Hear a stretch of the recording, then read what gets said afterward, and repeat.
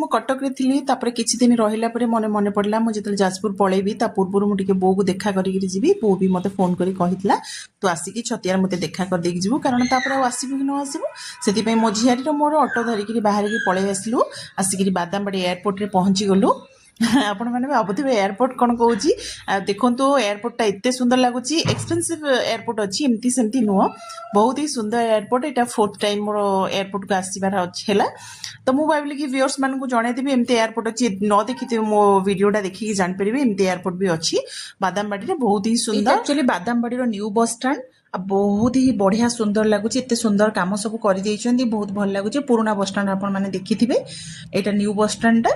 ଆଉ ସେଥିପାଇଁ ମୁଁ ଏୟାରପୋର୍ଟ କହିଲି କାହିଁକିନା ବହୁତ ସୁନ୍ଦର ଏୟାରପୋର୍ଟ ଡିଜାଇନର ସବୁ ବନା ହେଇଯାଇଛି, ବହୁତ ଷ୍ଟାଇଲ ଲାଗୁଛି। ତ ଥଣ୍ଡା ଆମେ ଯାହା ପିଇକିରି ରୋଡ଼ରେ ଆସିଥିଲୁ, ପୁଣି ନେଇକିରି ଆସିଛୁ ଥଣ୍ଡା ଆମେ ପିଇବା ପାଇଁ ବସ୍ରେ, କାହିଁକିନା ବହୁତ ଗୁଳୁଗୁଳି ଲାଗୁଛି।